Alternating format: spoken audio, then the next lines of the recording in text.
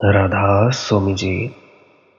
बाणी बाणी राधा स्वामी दयाल सतनाम सतपुरुष के। आज की सत्संग वीडियो का विषय है जीवन में सबसे बड़ा महासुख क्या है। सुख की आस करते करते हमें दुख ही क्यों मिलता है, इतने दुखी क्यों हो जाते हैं हम लोग। तो चलिए संत दादू दयाल जी की वाणी के माध्यम से आज की सत्संग वीडियो आरंभ करते हैं। गुरु प्यारी सत्कारयोग साथ संगत जी, आप सभी के भीतर बैठे परमात्मा को प्रणाम। आप सभी के चरणों में मेरा प्रणाम। सत्संग शुरू करने से पहले एक विनती करना चाहूँगा कि जो भी व्यक्ति इस वीडियो को सुनने जा रहा है, कृपया करके इस वीडियो को अंत तक सुनने की कृपालता करें जी। अगर आप लोगों का मन आपको तंग करता है भजन सिमरन के वक्त, अगर आप चाहते हैं कि वो तंग ना करे, तो एक एक शब्द को, एक एक तुक को, एक एक वाक्य को अपने जहन में उतारने की चेष्टा करें। क्या पता कोई ऐसी बात आपको समझ में आ जाए जिससे कि आपका मन हमेशा हमेशा के लिए खो जाए। और आप जिस चैनल को सब्सक्राइब भी कर सकते हैं ताकि आप लोगों तक सबसे पहले YouTube के माध्यम से, नोटिफिकेशन के माध्यम से वीडियो पहुंचाई जा सके। तो चलिए अब मैं अपने मूल विषय की ओर बढ़ने जा रहा हूं। संत दादू जी की वाणी है, दादू बिरहिन दुख कासनी, कहे कासन दे संदेश, पंथ निहारत पिव का, बिरहिन पलटे केस, ना बहु मिले ना मैं सुखी, कहूँ क्यों जीवन होई, जिन मुझको घायल किया मेरी दारू सोई, ना बह मिले ना मैं सुखी। जीवन में सिर्फ एक ही सुख है, वह है परमात्मा से मिल जाना। शेष सब कितना ही सुख दिखाई पड़े, दुख ही है।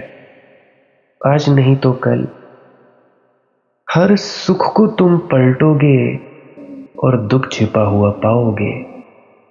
हर सुख को उघाड़ोगे और दुख को छिपा हुआ पाओगे।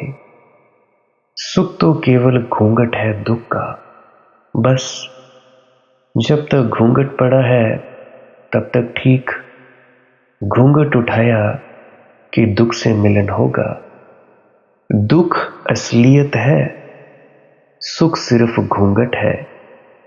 और ऐसा तुम्हें भी रोज रोज अनुभव होता है, मगर तुम अपने अनुभव से सीख नहीं पाते। मनुष्य के जीवन का सबसे बड़ा दुर्भाग्य यही है कि वह अपने अनुभव से भी सीख नहीं पाता। अनुभव तो होते हैं लेकिन सीख नहीं निचोड़ पाता। अनुभव ऐसे पड़े रह जाते हैं जैसे माला न हो तो मन के पड़े रह जाएं अलग अलग। सीख का अर्थ है जिसने मन के पिरोकर माला बना ली, एक धागा पिरो लिया। तुमने भी लोगों ने अनुभव किए हैं, तुम्हारे अनुभव में और संत दादू के अनुभव में कोई फर्क नहीं है। फर्क इतना ही है, तुम्हारे पास मनकों का ढेर लगा है लेकिन हर मन का स्वतंत्र मालूम पड़ता है। तुम मनकों के बीच एक धारा को जोड़ने में समर्थ नहीं हो पाए। अनुभव तो तुम्हारे पास है लेकिन सिखावन नहीं है, तुम सीख नहीं पाए। अनुभव तो तुम्हारे पास है लेकिन सिखावन वो नहीं है। तुम सीख नहीं पाए अनुभव से। एक अनुभव हुआ गया, दूसरा हुआ गया, लेकिन दोनों के बीच से तुम निचोड़ ना पाए सार। ऐसे करोड़ करोड़ अनुभव तुम्हें हुए हैं लेकिन तुम उनसे सीख नहीं ले पाए। सीख का मतलब है सभी अनुभवों का सार। सीख इत्र है। हजार फूलों को निचोड़कर जो बनता है, हजार अनुभव को निचोड़कर जो बनता है, तुमने फूलों के तो ढेर लगा दिए लेकिन इत्र नहीं निकाल पाए। और इत्र ही असली बात है। तुम लोग दूध भी ले आए, गरम भी कर लिया, परंतु मक्खन ना निकाला, उसमें दूसरा खट्टा दही ना मिलाया, किसी संत सदगुरु की शरण न ली, किसी से सूझबूझ न ली, तो क्या करोगे दूध का। बुलिया दुध चाहे लख कड़िया होवे, कड़ कड़ के लाल होया होवे, जे बिच जाग ना कोई, ते किथों दुध दा पनीर हो, किथों मक्खन हो। तो भाई ना बहू मिले ना मैं सुखी, कहूँ क्यों जीवन होई। और अगर उससे मिलन ना हो तो मुझे जीवन की कोई आकांक्षा नहीं, फिर जीवन ना हो यही अच्छा। संत दादू कह रहे हैं कि अगर परमात्मा नहीं है और परमात्मा से मिलन नहीं है तो जीवन से मौत भली। कम से कम विश्राम तो होगा, व्यर्थ की आपाधापी तो बचेगी, नाहक की दौड़ धूप से तो छूटेंगे, फिर जीवन का कोई अर्थ नहीं। जीवन का एक ही अर्थ हो सकता है और वह है परमात्मा से मिलन। समग्र से एक हो जाऊं तो ही जीवन में अर्थ हो सकता है। अलग अलग तुम खड़े हो, तुम्हारा जीवन व्यर्थ होगा। अर्थ का अर्थ ही होता है समग्र के साथ तुम्हारी संगति बैठ जाए। तुम ऐसा समझो कि एक कविता की एक पंक्ति को फाड़कर मैं तुम्हें दे दूं, उस पंक्ति में कुछ ज्यादा अर्थ ना होगा, लेकिन वही पंक्ति पूरी कविता में बड़ी सार्थक थी। फिर ऐसा समझो कि पंक्ति को भी फाड़कर एक शब्द ही तुम्हारे हाथ में दे दूं, उसमें और भी कम अर्थ रह जाएगा। पंक्ति में थोड़ा बहुत अर्थ भी था। फिर तुम ऐसा समझो कि शब्द को भी तोड़कर बचे हुए वर्णों को तुम्हें दे दूं, तब तो और भी अर्थ खो जाएगा। अ ब स, इनमें क्या अर्थ है। ऊड़ा एड़ा एड़ी ABC, क्या अर्थ है इसमें। लेकिन इसी बाहर खड़ी से कालिदास के सारे ग्रंथ निर्मित होते हैं। शेक्सपियर का सारा काव्य निर्मित है। इन्हीं शब्दों से बुद्ध के वचन निर्मित है, श्री कृष्ण की गीता, मोहम्मद की कुरान। तब बड़े अर्थपूर्ण है वे। अभी बड़े आश्चर्य की बात है, वर्णों में तो कोई अर्थ नहीं होता, अल्फाबेट्स तो अर्थ शून्य होती है। फिर दो वर्ण मिलते हैं, शब्द बनता है, शब्द में थोड़ा अर्थ होता है। फिर शब्द मिलते हैं, पंक्ति बनती है, पंक्ति में और भी थोड़ा अर्थ होता है। फिर पंक्तियां मिलती हैं और गीत निर्मित होता है। फिर जो वो गीत गाया जाता है उसमें और भी अर्थ होता है। तुम अभी वर्णाक्षरों की भांति हो, अकेले अकेले खड़े ABC अवस, कुछ अर्थ नहीं। शब्द बनो, पंक्ति में जुड़ो, फिर उसके महाकाव्य के हिस्से हो जाओ, तब तुम्हारे जीवन में अर्थ आएगा। अर्थ सदा परमात्मा का है। एक ही महासुख है जिंदगी में, परमात्मा से मिलन। परमात्मा का अर्थ है पूरे का, व्यक्ति का कोई अर्थ नहीं है। अर्थ समष्टि का है। ना बहू मिले ना मैं सुखी, और बिना अर्थ के कभी कोई सुखी हुआ, व्यर्थ जीकर कभी कोई सुखी हुआ। सुख तो अर्थपूर्ण जीवन की सुगंध है। जहां अर्थ होता है जीवन में, वहां सुख की सुगंध पैदा होती है। वह सुबास है। ना बहू मिले ना मैं सुखी, कहूं क्यों जीवन हुई। उसके बिना तो जीवन का कुछ होने का अर्थ नहीं है। जिन मुझको घायल किया, मेरी दारू सोई, कहते हैं दादू जी। और जिसने मुझे घायल किया है वही मेरी दवा है। परमात्मा से कम दवा पर वे राजी नहीं है। शास्त्र से उन्हें तृप्ति नहीं होती, सिद्धांत से उन्हें प्यास नहीं बुझती। कितना ही प्रत्यय और धारणाओं का जाल खड़ा कर दिया जाए, उससे कुछ राहत नहीं आती। वे तो कहते हैं, जिसने मुझे घायल किया है, मेरी दारू सोई। वही मुझे दवा है, वही मेरी दवा बने। परमात्मा से कम पर जो राजी होने को राजी है, वह भी परमात्मा तक नहीं पहुंच पाएगा। रास्ते में बड़े प्रलोभन है, बहुत चीजें रास्ते में आती हैं। पहले तो संसार है खड़ा हुआ, उसमें बड़े प्रलोभन है, काम वासना के, पद वासना के, धन वासना के बड़े प्रलोभन है। किसी तरह उनसे छूटो, सत्य की यात्रा पर चलो, तो भीतर के जगत की शक्तियां हाथ में आनी शुरू हो जाती हैं। तुम कुछ ऐसा कर सकते हो जिससे लोग चमत्कृत हो जाएं। डर है कि कहीं तुम मदारी बनकर समाप्त ना हो जाओ। बहुत सारे लोग मदारी बना करते हैं, मन पढ़ लेते हैं, हवा में से कुछ पैदा करने लगते हैं, बादलों में हवाएं फूंकते हैं, कभी कुछ करते हैं तो कभी कुछ, कोई पानी पर चलने लगता है। ऐसे मदारी पने में समाप्त हो जाते हैं। अगर तुम्हारी आकांक्षा परमात्मा के लिए ही नहीं है, तो तुम कहीं ना कहीं रुक जाओगे, कहीं ना कहीं पड़ाव को मंजिल समझ लोगे। रात रुकने के लिए ठीक था, लेकिन सदा वहीं रह जाने के लिए ठीक ना था। और आगे जाना है, वहां पहुंचना है जिसके आगे और आगे समाप्त हो जाता है, उससे पहले नहीं रुकना है। जिन मुझको घायल किया, मेरी दारू सोई। दादू कर बिन सर बिन, कमान बिन मारे खींची कसीस। लागी चोट शरीर में, नख सिख साले सीस। ना तो उसके हाथ है, ना उसके हाथों में कमान है, ना कमान पर कोई तीर है। दादू कर बिन सर बिन, कमान बिन मारे खींच कसीस। लेकिन फिर भी उसने ऐसा खींच कर निशाना मारा है। हाथ नहीं, हाथ में कमान नहीं, कमान पर तीर नहीं, फिर भी उसने ऐसा खींच कर निशाना मारा है। लगी चोट शरीर में, नख सिख साले सीस।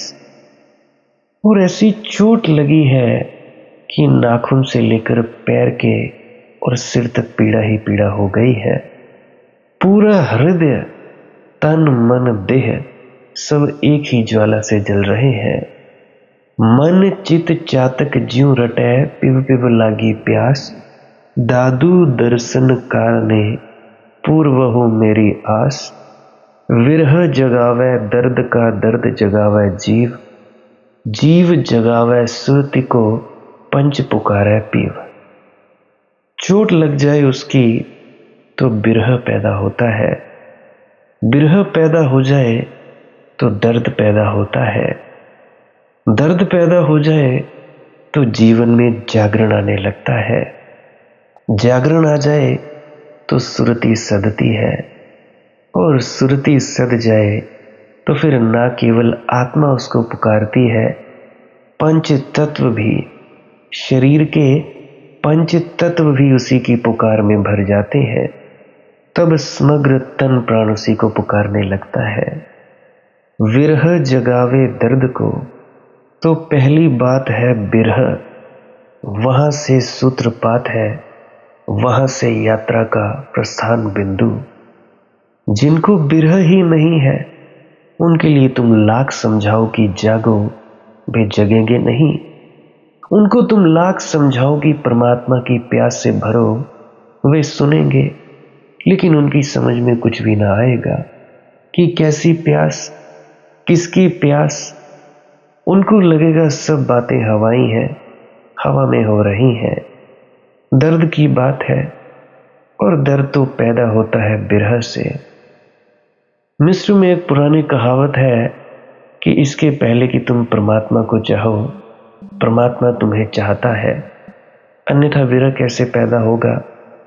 विरह तो कोई पैदा नहीं कर सकता, वही पैदा कर सकता है। इसके पहले कि तुम उसकी तरफ जाओ, वह तुम्हें बुलाता है। और यह ठीक भी है कि पहले वही बुलाए, पहले उसी का निमंत्रण आए, क्योंकि उसी का सब कुछ है, तुम भी उसी के हो। तुम अपने ताई उसको खोज भी कैसे पाओगे? अगर वह मिलने को राजी ही ना हो तो भाई कैसे खोजोगे? उसके मिलन के लिए राजी होना, उसका राजी होना पहली घटना है। जब वह मिलने को राजी होता है तभी तुम्हारे जीवन में बिरह उठता है। और बिरह उठ जाए, यही सबसे ज्यादा महत्वपूर्ण बात है। बिरह का क्या अर्थ है? विरह का अर्थ है एक गहरा आकर्षण। सब फीका फीका लगने लगता है। ये दुनिया सपना और माया जैसी लगने लगती है। करते हो, उठते हो, काम धाम है, सब निपटाना है, कर्तव्य है, पर नाटक जैसा हो जाता है। रस खो जाता है, एक तटस्थता बनने लगती है। बाहर की तरफ से गहन उदासीनता आ जाती है। ठीक है, हो तो ठीक, ना हो तो ठीक, चलते हो क्योंकि चलना है। लेकिन अब पैरों में कोई पागलपन नहीं रह जाता चलने का। किसी भी क्षण राजी हो इस राह से उतर जाने को। जब मौका मिलेगा तभी उतर जाओगे। संसार एक बड़ा नाटक, जीवन एक अभिनय हो जाता है। बिरह के जगते ही होते यहां हो, यहां होते नहीं। खड़े होते हो बाजार में नहीं खड़े होते। याद उसकी ही सताए चली जाती है। पुकारता वही रहता है, जहां कहीं हो, सो जागो तो भी उसकी पुकार लगी रहती है। ऐसा हुआ कि स्वामी राम अमेरिका से वापस लौटे। उनके एक मित्र सरदार पूर्ण सिंह उनके पास ठहरे। पुराने बचपन के साथी थे। टिहरी गढ़वाल में एक दूर पहाड़ में बने एक छोटे से मकान में थे। आसपास कोई भी नहीं था। मीलों तक सन्नाटा था पहाड़ों का। रात दोनों सोए। पूर्ण सिंह को नींद न लगी क्योंकि कुछ आवाज सुनाई पड़ने लगी। थोड़े हैरान हुए। गौर से सुना तो आवाज समझ आने लगी। राम राम राम की कोई धुन लगा रहा है। कोई यहां राम राम की धुन लगा रहा होगा। उठकर बाहर आए। बरामदे में चक्कर लगाया। दूर दूर तक सन्नाटा है, कहीं कोई नहीं दिखाई पड़ता। और हैरानी हुई कि जितने कमरे में दूर गए उतनी ही आवाज धीमी सुनाई पड़ने लगी। कमरे में वापिस आए, आवाज तेजी से सुनाई पड़ने लगी। और राम तो सो रहे हैं। राम के पास गए तो आवाज और जोर से सुनाई पड़ने लगी। बहुत हैरान हुए। पैर की तरफ कान रखा, हाथ की तरफ कान रखा, सिर की तरफ कान रखा। पूरे तन प्राण से राम की एक ही आवाज उठ रही है, राम राम राम। घबरा गए। ये हो क्या रहा है? ये तो संभव नहीं मालूम होता। जगाया, राम से पूछा, भाई क्या मामला है? राम ने कहा, होता है, कुछ दिनों से होता है। पहले तो मैं राम की याद करता था। वह सिर में ही गूंजती थी, मेरी बीणा पर ही उतरती थी, कंठ तक रह जाती थी, फिर गहरी उतरी, हृदय तक पहुंची, फिर धीरे धीरे मुझे कहने की जरूरत ही न रही। मैं अपने आप गूंजने लगी। मैं सुनने वाला हो गया। फिर दिन में होती थी, रात नहीं होती थी, फिर धीरे धीरे रात भी समा गई। अब 24 घंटे मेरे बिना किए चल रही है, अहिर्निश चल रही है। ऐसी स्थिति को संतों ने अजप अजाप कहा है। जब तुम करते नहीं और होता है, ऐसी घड़ी के बाद ही उस परम से मिलन की संभावना बनती है। ये तुम्हारी तैयारी हो रही है, ये तुम्हारा संगीत सध रहा है, तुम लयबद्ध हो रहे हो। लेकिन ध्यान रखना, वही जगाता है, पहले वही उठाता है। धन्य भागी है वे जिनके जीवन की बिरह की बूंद आ गई। उसका मतलब है सागर का निमंत्रण आ गया। धन्य भागी हैं वे जिनके मन में पीड़ा उठने लगी, अज्ञात की पुकार। धन्य भागी हैं क्योंकि परमात्मा ने उन्हें चुन लिया। तुम तो बाद में ही चुनोगे, पहले वह तुम्हें चुन लेता है। और जब जीवन में जीवन धारा जो है दर्द से भर जाती है तो तुम जाओगे ही। सुख में तो आदमी सो जाए, दर्द में कैसे सोएगा। सुख सुलाता है, इसलिए भक्तों ने कहा है, सुख मत देना मुझे दुख देना। मुझे एक फकीर के बाबत याद आती है, जुनैद के बाबत। जुनैद एक सूफी फकीर हुआ। मैं रोज परमात्मा से प्रार्थना करता था कि दुख देना जारी रखना, सुख मत देना। एक दिन उसके भक्त ने उसे सुन लिया। मैं बहुत हैरान हुआ। उसने कहा, इसका राज बताओ, या तो तुम पागल हो या मैंने गलत सुना। क्या तुमने यही कहा कि सुख मत देना दुख देना? ये कैसी प्रार्थना? जुनैद ने कहा, धीरे धीरे समझे हम। तब से यही प्रार्थना करते हैं, क्योंकि दुख जगाता है, सुख सुला देता है। सुख तो एक तरह की तंद्रा है, इसीलिए तो लोग सुख में परमात्मा की याद भूल जाते हैं, बस दुख में ही याद आती है। बिरह जगावे दर्द को, दर्द जगावे जीव, तब जागरण सदने लगता है। जीव जगावे सुरती को, और जब जागरण बहुत गहन हो जाता है तो उसी जागरण की गहनता से स्मरण आता है परमात्मा का। सुरती जगती है। मुझे याद है, पिछले 1 साल से जब जब सुख के बहुत पल थे, मेरी पत्नी ने कोई भी शांति से बैठी नहीं। मैं कई दफ़ा कहता रहा कि चुपचाप बैठा करो या चुपचाप लेटा करो, मानी नहीं। जब परमात्मा ने 3 महीने ऐसा दुख दिया तो फिर कभी कुछ जपे, कभी किसी गुरु को याद करे, कभी किसी को करे। फिर तो परमात्मा ऐसे हो गया उसको कि भाई यहाँ आ ही जाए। फिर वो कहने लगी कि भाई अब मैं सुख में याद करूँगी। अब तो भाई क्या पता याद करे ना करे, तो दुख में उसकी याद आती है। मुझे तो हंसी आती है। सुख में भूल ही जाते हैं परमात्मा को, अपने आप को, कि कोई है करता इस सृष्टि को चलाने वाला। सुख में सुमिरन कोई नहीं करता, दुख में सुमिरन सब करे, सुख में करे ना कोई। जो सुख में सुमिरन करे तो दुख काहे को होए, दुख काहे को होए। मैं जानता हूं तुम सभी की जिंदगियों में भी दुख ही दुख है, तकलीफें ही तकलीफें हैं। अभी तो तुम परमात्मा को याद कर रहे हो, सारी जिंदगी गवा दी।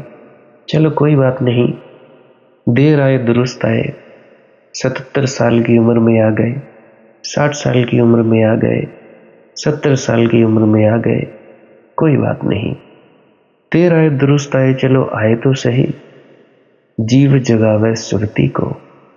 जब जागरण बहुत गहन हो जाता है तो उसी जागरण की गहनता से स्मरण आता है परमात्मा का। पंच पुकारे पीव, और फिर आत्मा नहीं पुकारती, फिर तो शरीर का रोआ रोआ भी, ये पंच तत्वों से बनी देह भी उसी को पुकारने लगती है तो ये भी उसी की, छिपा तो इसमें भी वही है। ये देह भी तो कभी ना कभी उस तक पहुंच ही जाएगी। सभी उसकी यात्रा पर है, कोई थोड़ा आगे है, कोई थोड़ा पीछे है। तुम थोड़े आगे, तुम्हारी देह थोड़ी पीछे, लेकिन है तो उसी की यात्रा, पहुंचना तो वही है। सारा अस्तित्व अंततः तो उसी में लीन होना है। जहां से स्रोत है वही नियति है अंतिम। लेकिन दर्द चाहिए, विरह चाहिए। तुम्हारे जीवन में कई बार विरह उठती है, तुम उसे संभाल लेते हो। तुम कहते हो पागल थोड़े ही होना है, रोक लेते हो, थाम लेते हो अपने हृदय को। मौका चूक जाते हो, वह बुलाता है, तुम बहरे हो जाते हो। वह पुकारता है, तुम अपने को संभाल लेते हो। तुम कहते हो पागल थोड़े होना है। अब जब दोबारा वह पुकारे, अब जब दोबारा दादू कर बिन सर बिन कमान बिन मारे खींच कसीस, अब जब वह बिना हाथों के, बिना धनुष के, बिना वाण के खींचे और मारे तीर को और निशाने को, तो लग जाने देना चोट को। पागल होना हो तो पागल हो जाना, क्योंकि अभी तुम्हारा जो जीवन है वह पागलपन है। अभी तुमने जिसे प्रकाश समझा है वह अंधकार है, और जिसे जीवन समझा है वह सिर्फ मृत्यु का आवरण है। एक ऐसी घटना मैंने सुनी है। अमीर खुसरो एक बहुत अद्भुत कवि हुआ। वह साधारण कवि न था, ऋषि था। उसने जाना था वही गया है, और खूब गहराई से जाना था। उसके गुरु थे निजामुद्दीन औलिया, एक सूफी फकीर। तो निजामुद्दीन औलिया की मृत्यु हुई तो हजारों भक्त आए। अमीर खुसरो भी गया अपने गुरु को देखने। लाश रखी थी, फूलों से सजी थी। अमीर खुसरो ने देखी लाश और कहा, गोरी सोवत सेज पर, मुख पर डारे केश, चले खुसरो घर आपने, रैन भाई यह देश। खुसरो ने कहा, गोरी सोवत सेज पर, मुख पर डारे केश। ये गोरी सो रही है सेज पर, मुख पर केश डाल दिए गए। चल खुसरो घर आपने, अब यह वक्त हो गया, अब रोशनी चली गई संसार से, अब यहां सिर्फ अंधकार है। चल खुसरो घर आपने, रैन भाई यह देश। ये देश अब अंधेरा हो गया, रात हो गई। और कहते हैं, ये पद कहते ही खुसरो गिर पड़ा और उसने प्राण छोड़ दिए। बस ये आखिरी पद है जो उसके मुंह से निकला।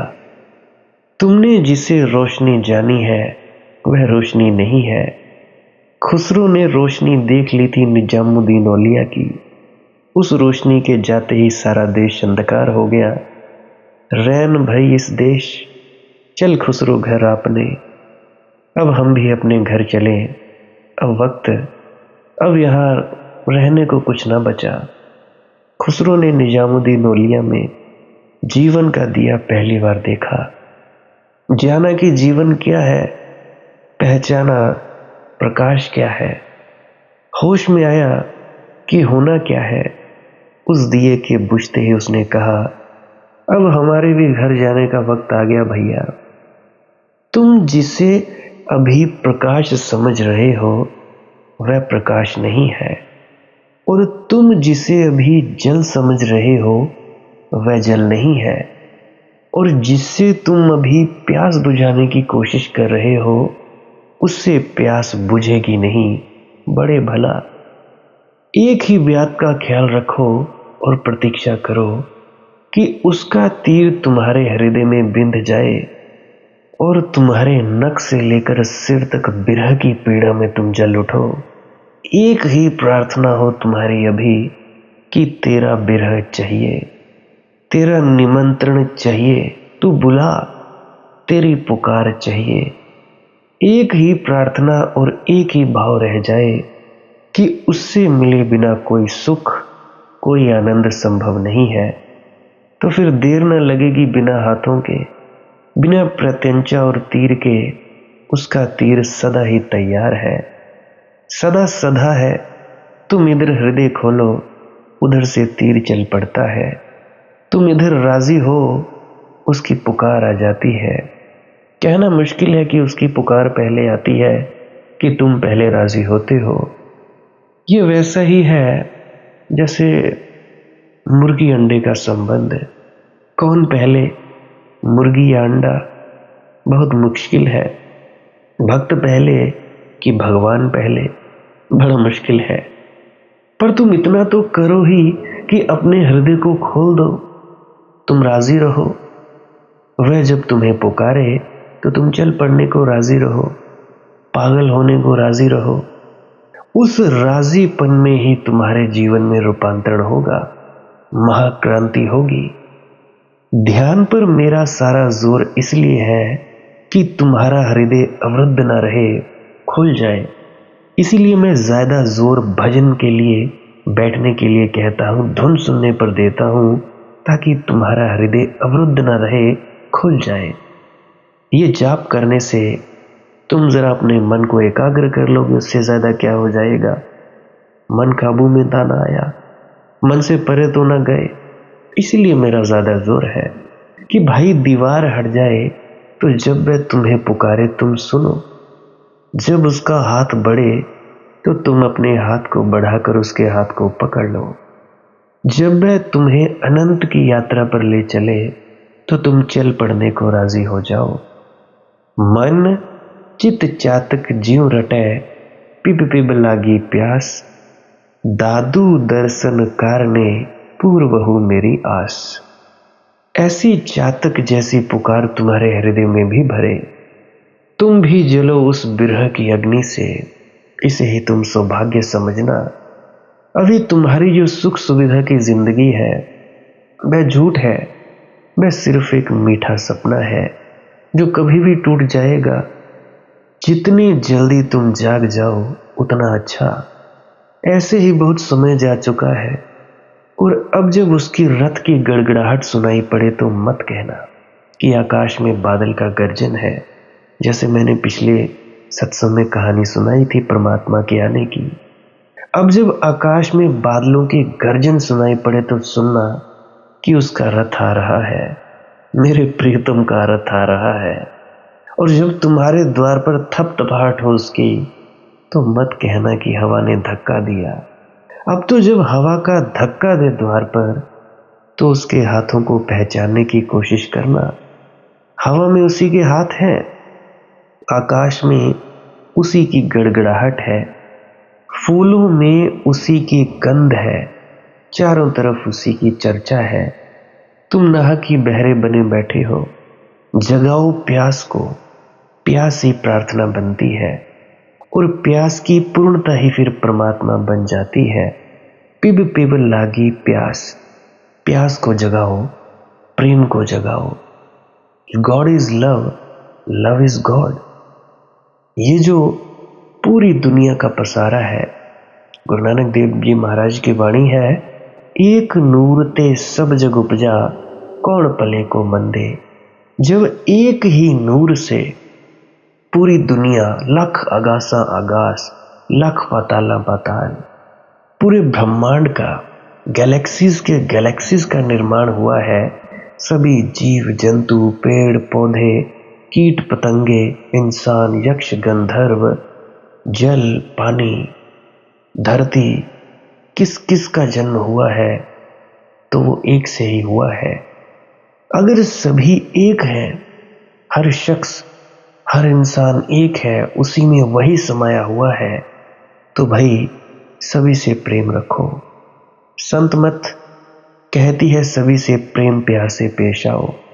भाई परमात्मा की जो प्यास है प्रेम से ही हो सकती है। पहले तुम किसी इंसान से तो प्रेम करना जानो। अगर इंसान से ना हुआ तो परमात्मा से कैसे हो पाएगा। सभी से दया भावना रखो। दया भावना का मतलब ये नहीं कि किसी भूखे को रोटी खिला दी या पैसा दे दिया, दान दे दिया। दया भावना का मतलब है तुम्हारे घर में जितने भी जीव हैं उनको तुम माफ कर सको उनकी गलतियों के लिए। यही दया भाव है। अगर तुम इस दया भाव को अपने घर के जीवों पर नहीं रख सकते तो फिर क्या फायदा तुम्हारा डेरों में जाने का, सत्संग सेंटरों में जाकर ढोंग पखंड करने का। राधा स्वामी जी हम ये सेवा कर लेते हैं जी जी करके क्या फायदा। घर में अगर दया भाव नहीं है। Charity begins at home. जो सबसे पहले शुरुआत होती है अच्छाई की वो अपने घर से होती है। अगर तुम लोग अपने घर में नहीं करते हो तो बाहर तो भाई ढोक पकड़ से ज़्यादा और कुछ भी नहीं है। और अगर कोई व्यक्ति गुरु पर उंगली उठाए तुम्हारी वजह से तो फिर तुम लोगों के नाराज होने से भी क्या फायदा। क्या करोगे तुम नाराज होकर। मैं कहता हूं तुम लोग भेदभाव करने वाले हो। भेदभाव, एक से ठीक दूसरे से कुछ, किसी से कुछ बात करते हो किसी से कुछ। ये मेरे गुरु का प्रेमी, ये मेरे गुरु का प्यारा, ये मेरे गुरु का प्यारा नहीं। भेदभाव करने वाले हो तुम सब। कि ये जो हमारे गुरु का है, ये किसी फलाने गुरु का है। भेदभाव, किसी ने अगर तुम्हें गाली निकाल दी तो तुम्हारे हृदय में भी नफरत आ जाएगी कि भाई उसका गुरु ये है वो है। तो ये है भेद बुद्धि। भेद बुद्धि को छोड़ो, भेद बुद्धि से परे आ जाओ। परमात्मा की अगर तुम खिदमत करना चाहते हो तो देखो, एक नूर ते सब जग उपजा कौन पले को मंदे। अगर सभी में परमात्मा का ही नूर है तो सबसे पहले इंसान इंसान की खिदमत करे। इंसान उन चीजों की कद्र करे जो उसके पास है।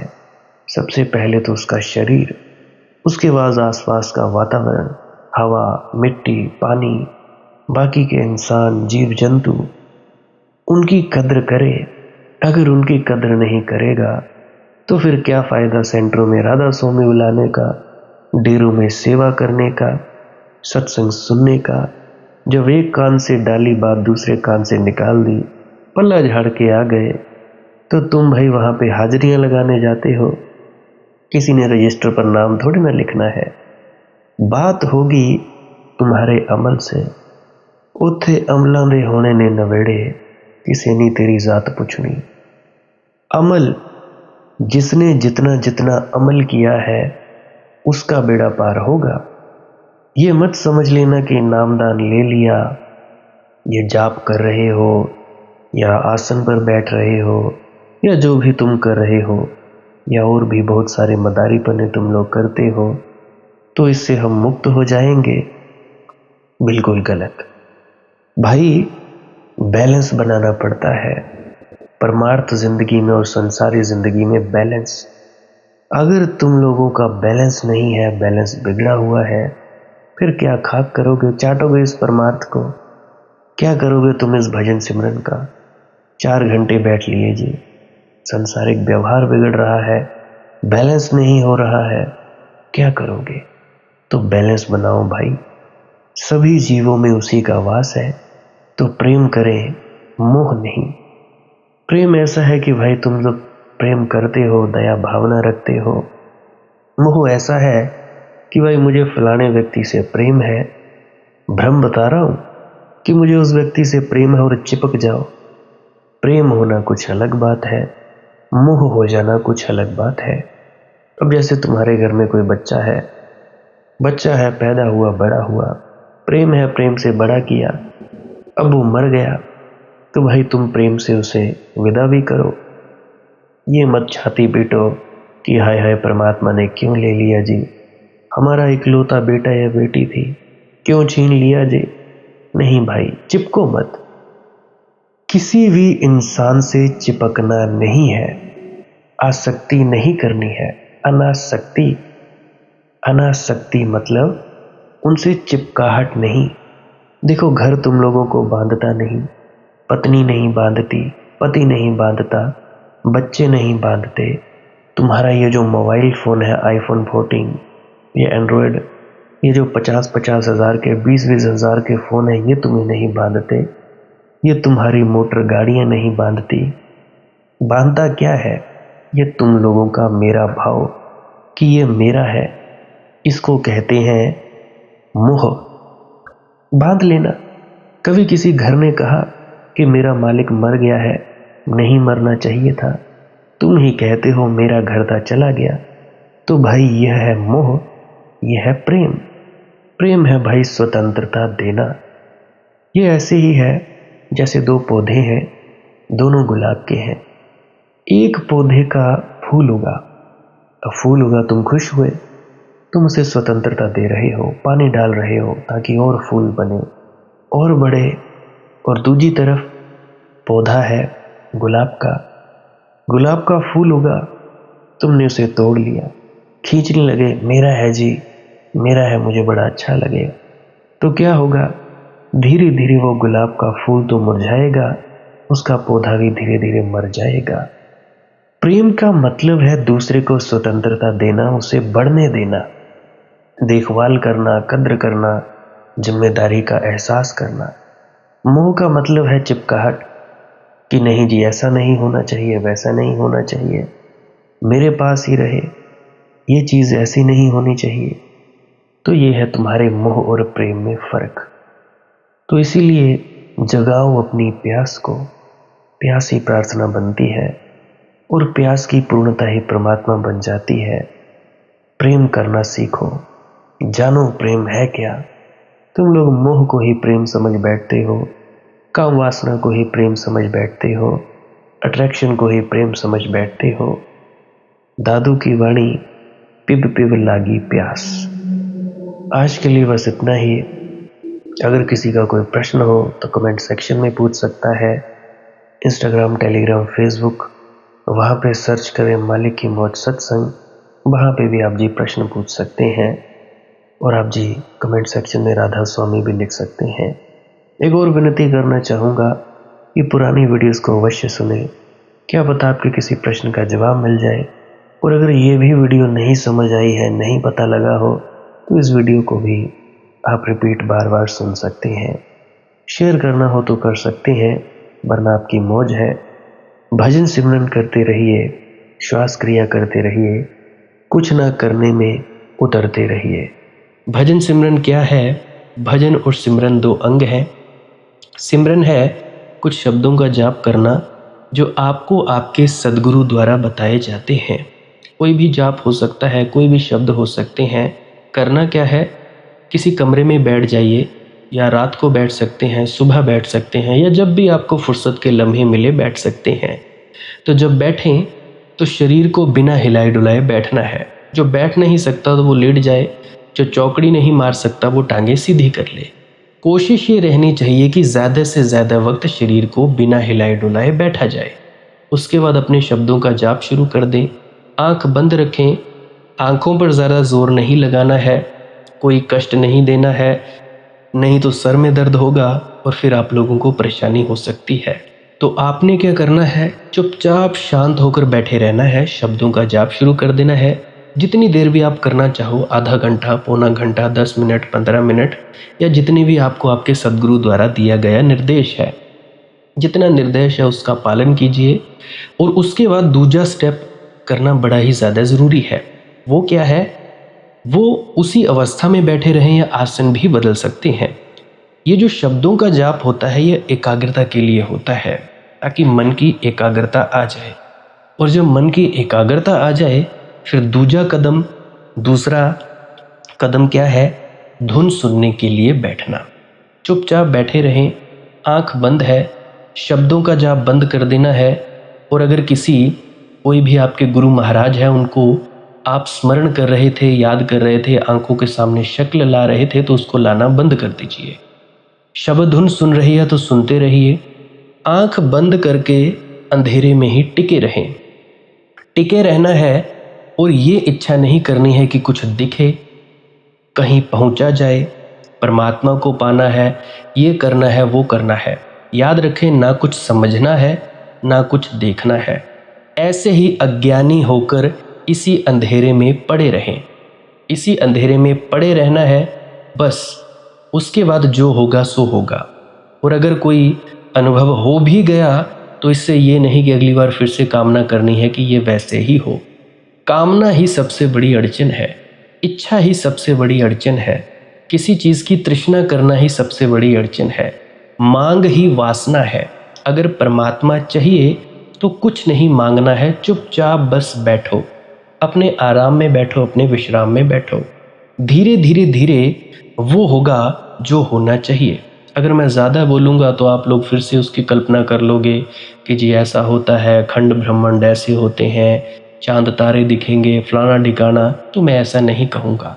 मैं बस इतना कहूँगा, जो कुछ दिखता है, कुछ भी दिख जाए, वो मन है, वो माया है। जो नहीं दिखता वही आत्मा है, वही आत्मा में होना है। अब जैसा कि तुम लोग इसी अंधेरे में टिके रहोगे, टिके रहोगे, टिके रहोगे, तो कुछ दिनों के बाद या महीनों के बाद एक प्रकाश आएगा। वो प्रकाश पूरे शरीर में फैलता जाएगा और धीरे धीरे तुम इस प्रकाश के सहारे अपने आप में स्थित होगे।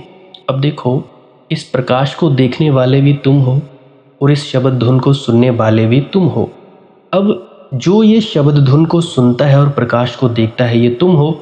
तो अपने आप में स्थित होना है। अपने आप को जानना ही सच्चा आत्मज्ञान है। खुद को जानना, खुद को जान लिया मालिक को फिर जान जाओगे। तो इतनी सी प्रक्रिया है। और आगे आप श्वास क्रिया भी कर सकते हो। ये मुझे बताई गई थी विजय शर्मा जी द्वारा। वो एक उच्च कोटि के संत हैं, तो उन्होंने मुझे बताई और मेरा फ़र्ज़ बनता है कि आप सभी को बताऊं। वैसे तो मैं रोज़ रोज़ बताता हूं, फिर भी आज फिर से बता रहा हूं। श्वास क्रिया क्या है? नाक से सांस लेना है, मुंह से छोड़ना है। लंबा सांस लेना है नाक से और मुंह से छोड़ देना है। 15 मिनट करें, 20 मिनट करें, आधा पौना घंटा, जितनी देर भी आप कर सकते हो करें। करने के बाद करना कुछ नहीं है, चुपचाप आंख बंद करके बैठ जाना है। लेट सकते हो तो लेट सकते हैं, वो आपकी अपनी इच्छा है। नींद आ जाए तो सो जाना है, कोई शरीर को कष्ट नहीं देना है। अगर सर घूमे घूमने देना है, अगर आपका शरीर कांपे तो कांपने देना है। उसकी आपने दिक्कत, परेशानी और चिंता नहीं लेनी है, ये सब होता ही है। और मरने से डर लगे तब भी नहीं डरना है, ये होता ही है।